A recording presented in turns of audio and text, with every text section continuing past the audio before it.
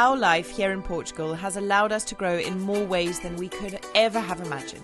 And after the last few weeks of drama and steep learning curves on the Biopool project, we're allowing ourselves to indulge in the things that make us happy, while we wait for Mario to be able to come back and help us fix the pool. So today John is getting the chance to really get up close to the stonework of our house and work on making this house feel like the home we dream of.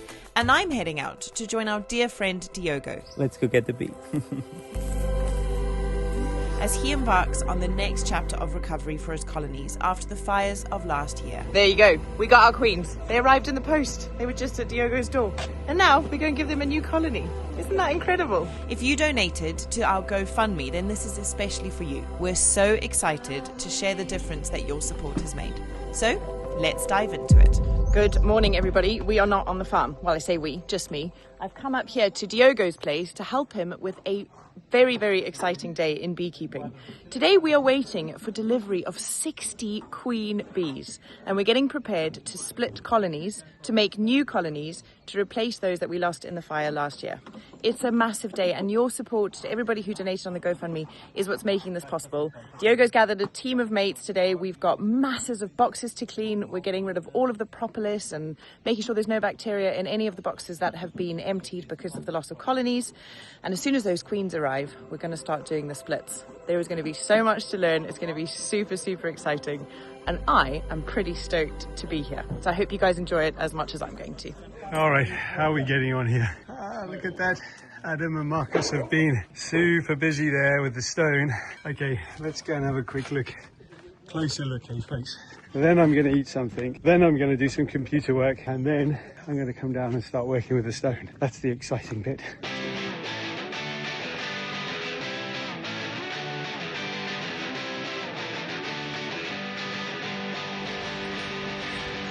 Starts to take shape, doesn't it? So what are they doing behind?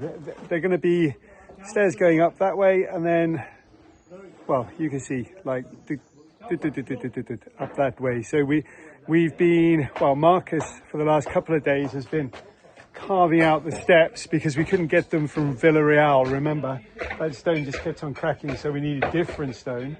So we got this stone here.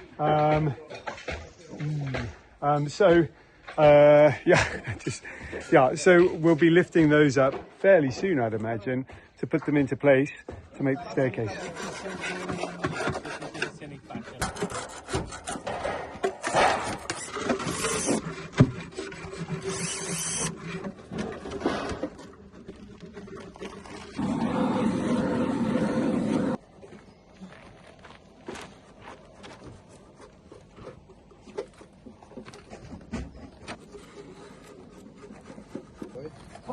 Fall back! Fall back, everyone. I need to check because I think there. So, I was moving those honey supers, and I just found out that there are a lot of bees there. So I'm just gonna check if they swarm into there, or if they're just there because there's still honey left on that box. Okay. Diogo had a run-in with a piece of wire on a motorbike yesterday, everybody. That's why he's got extra decorations on his back. Very stylish. Soon we will receive 60 queens. They were all given by Black Bee. Federico gave us 130 queens so we can make the splits. And basically inside this box you'll find candy, which is sugar paste. And then the queen bee, virgin, with like 6 to 8 other worker bees. Oh, wow.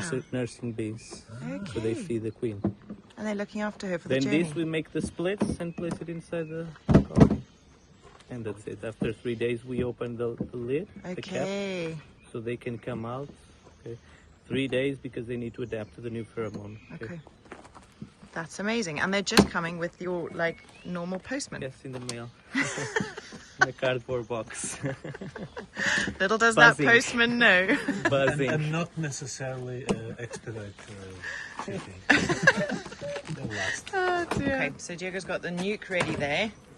The bees are somewhere in there. And just to remind you all, swarming is when they get to the point in their current hive where there's too many bees. They're ready to swarm. The old queen from that colony swarms out of the hive with 50 to 60% of the bees. Is that right, Diogo? Yes. Yeah. and they go and find a new place to start a new colony, and then a new queen will hatch in the old colony and take over. So what you don't want as a beekeeper is for your bees to be swarming, which is why Diogo was at the farm the other day when the Jobsons were there, checking to make sure that none of his colonies were nearly ready to swarm, because then he'll lose his bees. So the good news is these ones have swarmed here, so he can catch them. There's a lot of honey, fresh ones, so I believe they established here. Apparently, one of my colonies just swarmed up here and moved here. So check these. You see eggs there? Yes. Okay, so the queen is here. This is something we were talking about the last time we were with Diogo, was how you have to be so ready for anything as a beekeeper. Like, he goes out in the morning thinking this is what he's going to be doing today, was cleaning boxes, receiving queens and splitting colonies. And now he's, you know, needing to fashion a solution for a colony that's swarmed and set up house in the honey supers. Thankfully, we're here at the extraction place. What do you call it, Diogo? Extraction rooms at Project HQ. So everything he needs is here. So all he's got to do is gather his bits and get them moved into their new home.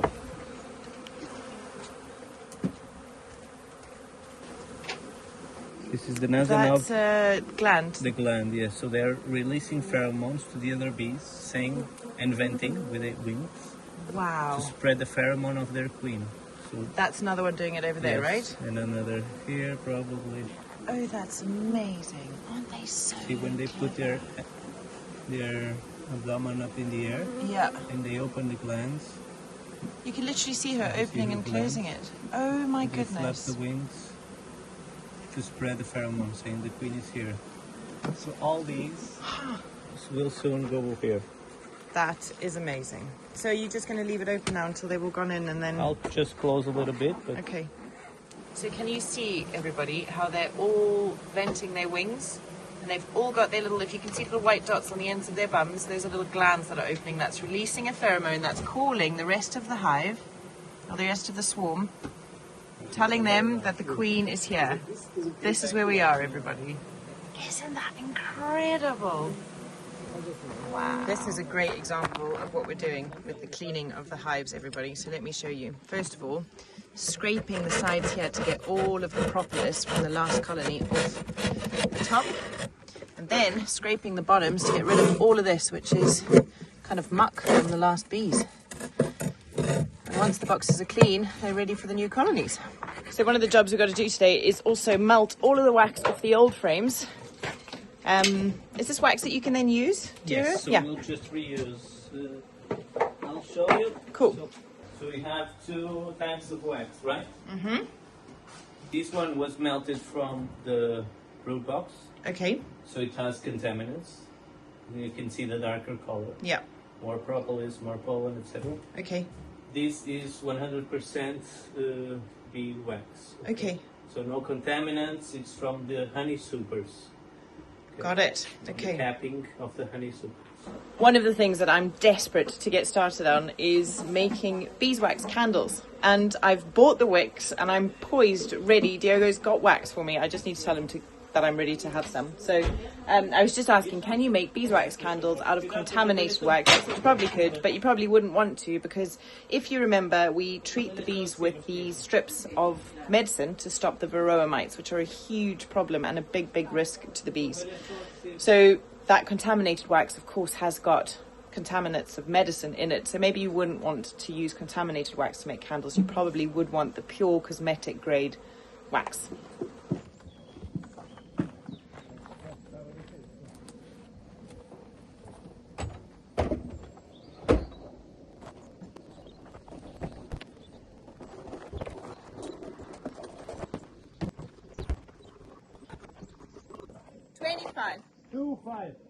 Hang on, wait. My maths is really bad. Wait for 8. Yeah, 25. 25.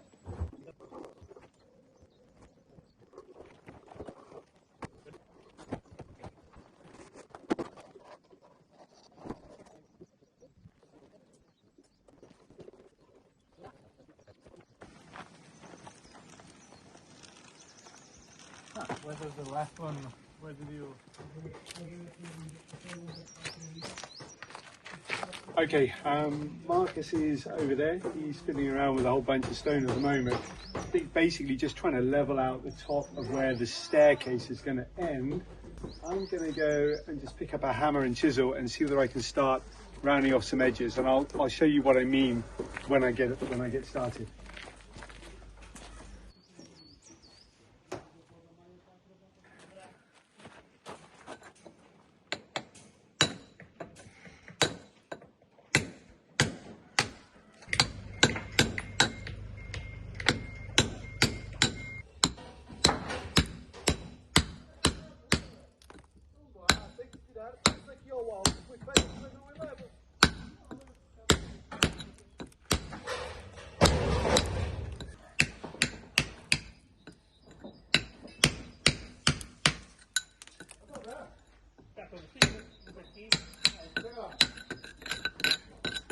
É melhor, né? Ó. Está?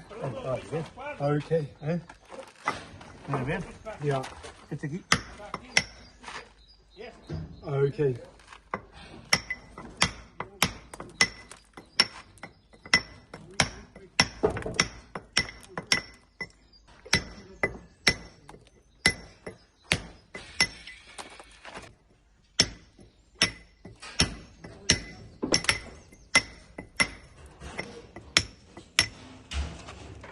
Okay, so basically what's happening is we are changing the shape of the rock. We've set the rock, we've put the first beton, the first concrete into place to make sure that it's held tight and strong.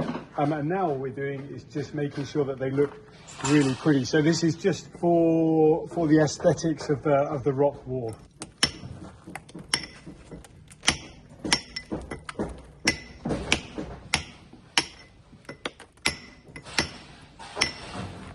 Ok, tudo bem? Tá bem?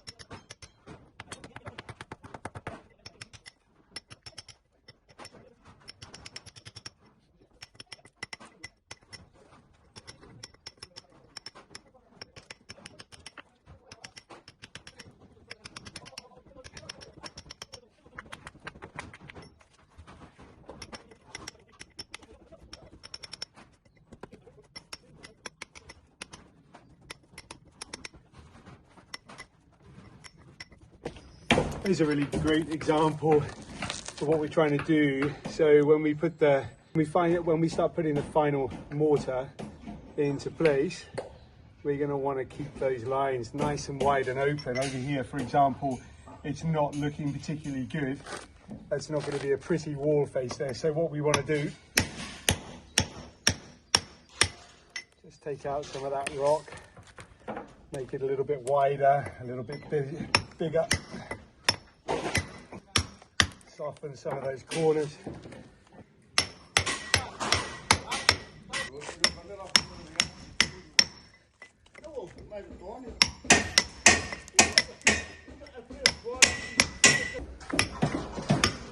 I'm going to take that quite wide, I think.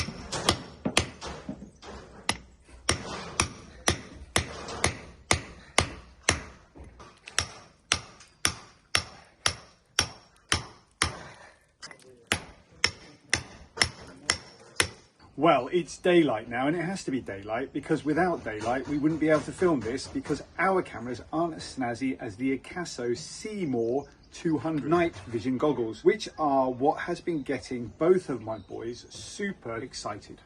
Brilliant. There are a whole variety of night vision goggles available to purchase, but very few of them are specifically designed for wildlife viewing, and my boys just love a frog.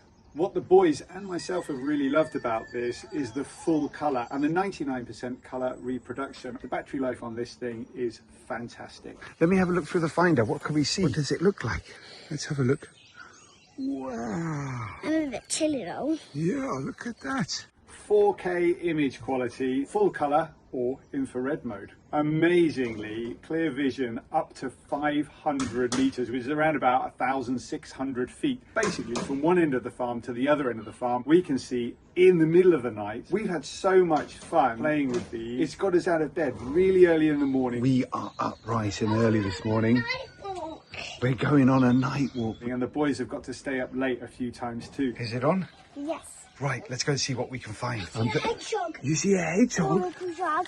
I think there's snakes. Now, if you're a professional wildlife spotter, or you've just got two very curious young boys, Is a monkey or a baboon? have a look at the AKASO SEEMOR 200. I think you're going to love them. And they're not all that expensive. You can slide in an SD card up to 512 gigs, so you can record everything that you're seeing. And it's also got an app that's Wi-Fi connected. Frogs like agua, cold agua. What about we can put in the big pond? Let's go. Yeah, let's go.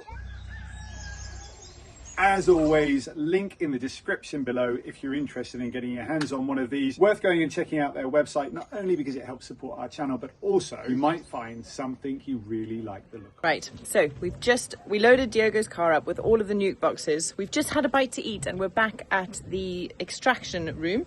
And Diogo's just showing us how to place the clean wax sheets onto the frames so that we can start getting them ready to go and do the splits. We've had word from the delivery driver that the queens will be here at 3 o'clock, which is in about an hour. So we've got a bit to get on with until they arrive. I'm just so loving every moment of this. It's absolutely fascinating. There's always so much to learn, and it's an amazing opportunity for me to really get hands-on and actually do some of this stuff myself. So yeah, let's get back in there and get busy. And I'm not clipping them, I'm just touching it, right? Yeah, should be enough. Uh-huh. Ooh.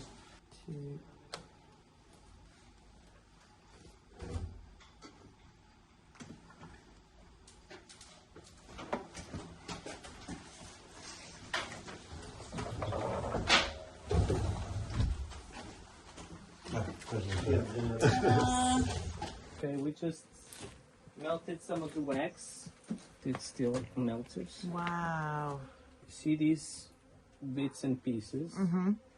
So, have you noticed when a bee is born, you see some white silkiness on her? Mm-hmm. So they make sort of a cocoon, a silky cocoon. Okay. So these leftovers, you just need to throw them out.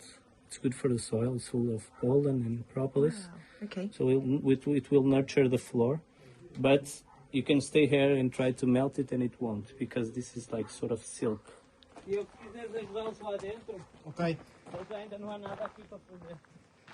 Look at the view from here, everybody. Isn't it beautiful? A cherry tree blossoming. Pick it up. And we can put a new sheet wax and goes again inside the hive. Amazing. Can you do this with me? Yeah. Silk and propolis. So all of this was baby bees came from here. They're like little baby bee. Oh, that's just epic. I love it. Thank you. Okay. What, new wires? Yes, new wires. Take out the ones that are rusty. Okay. Place the ones, lift them. Back in.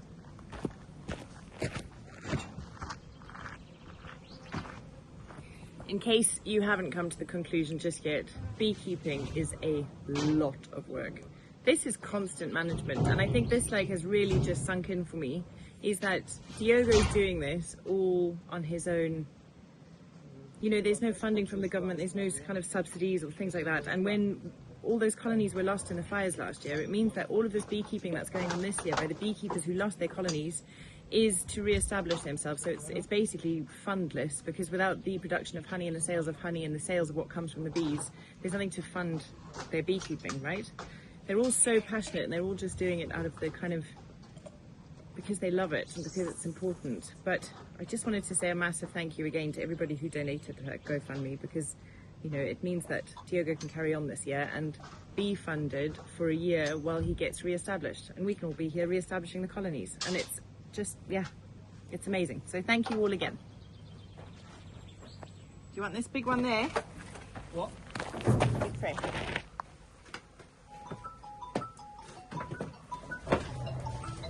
Could that be the queens? It is. It's the queens. So, Obrigado, até já. Aqui em tua casa? 10 minutes, we get the queens. Let's go get the bees.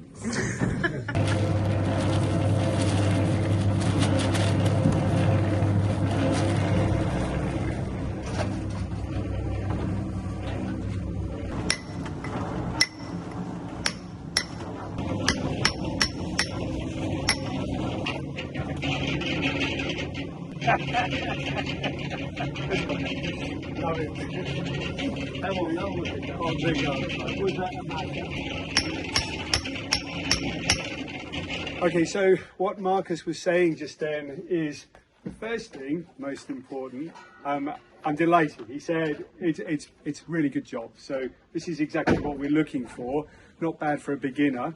We're creating those gaps so that we can put the pointing concrete into the gaps around the stones to make it look really fancy. Here, this part here that I've just chiseled out a little bit deeper, his point was if we don't make it deep enough, we put the pointing into place between the stones and it's likely just to fall out again. So we want to make it deep enough so that there's a good solid amount. And the third thing, you can see that we've got these wooden chocks in the wall. And those wooden chocks have gone in as the stones have been laid down flat to hold them, to stop them from wobbling around and to make sure that they're vertical and they're exactly where they need to be in the wall. They're kind of concreted into place, they're stuck in place. So how do we get them out? That was the question. And Marcus said basically we're waiting for them to dry. As the sun heats up the wall, the wood will dry out and then we'll just be able to pull them straight out of the wall. Very clever. It's quite a fun job, but I tell you what, it's hard work. And whilst, of course, all of the stonework down there is taking place, the house is kind of coming out of the ground. Up here, we're going even taller. So what's going on at the moment, and what has been going on for the last few weeks, is this kind of structural work, these moldings, these Madeira moldings, these wooden moldings, they're all being put into place, and inside them, the rebar is being dropped.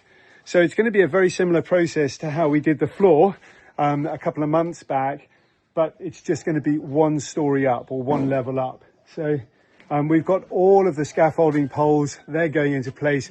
They're supporting the wooden frameworks above that. We'll be putting those concrete pillars or those concrete beams that we got delivered just down there a little bit earlier today. They'll be going into place over and above us, and then we'll be dropping those red breeze blocks or those red air blocks into place and then pouring a concrete slab. So there's a lot going on all at the same time. It's moving pretty quickly.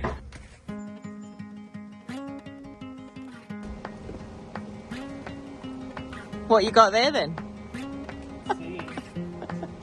Okay, so we got our bees from Black Bee from Frederico. Donated all these queen bees for us. Oh, hello ladies. That is nuts. So we got 60 here. So as you can see, there's a queen bee, virgin queen bee, and all the rest are nursing bees, so young bees that are the ones that take care and feed off the queens. So it's like an olden day queen traveling with her like entourage of like ladies' maids. Yes. Yeah. Exactly. We got our queens. They arrived in the post. They were just at Diogo's door. And now we're going to give them a new colony. Isn't that incredible? Having picked up the queens, we've just arrived at the first apiary and are making our way to the hives to start doing the splits. This actually is a farm called Quinta de Loureiro, and they were severely damaged in the fires of September. But some of Diogo's bees were caught up in the fires here. And yeah, it's just nice to know that they're recovering enough that we can take splits from them and make new colonies. That's a really, really good thing. Ready for some noise? Oh yes, so ready.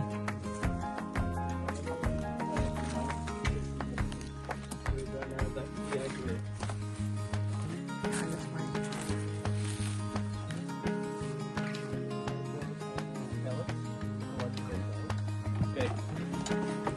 Door facing the outside. Pull it off. Open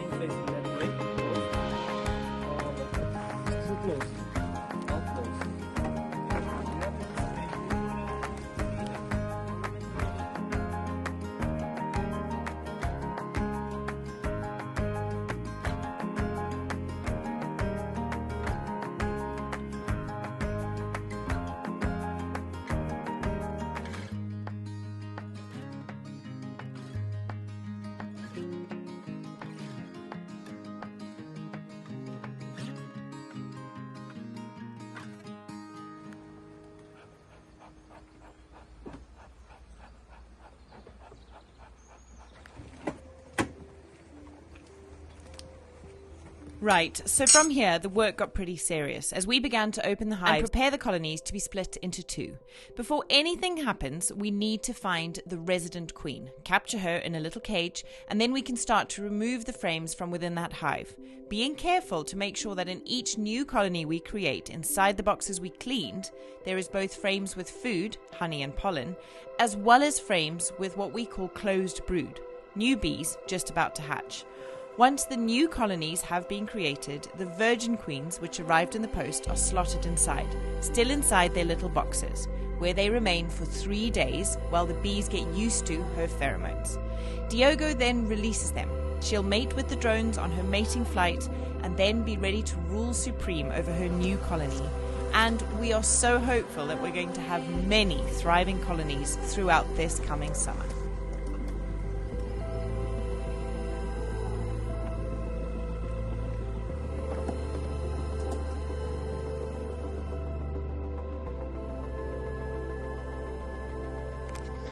Right, folks, my battery is about to die. So before it cuts off completely, I just wanted to update you. We are in the midst of trying to find queens. They basically are nearly impossible to find on these last 2 boxes. But I think we've made about, 10 splits today. We were supposed to do 30.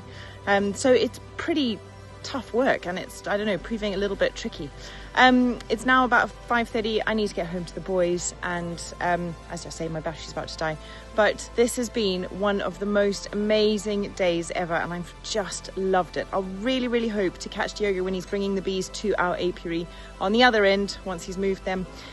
But for now, I'm going to sign off and we will see you guys a little bit later. What's happening right now, we've got the second floor starting to be dropped into place.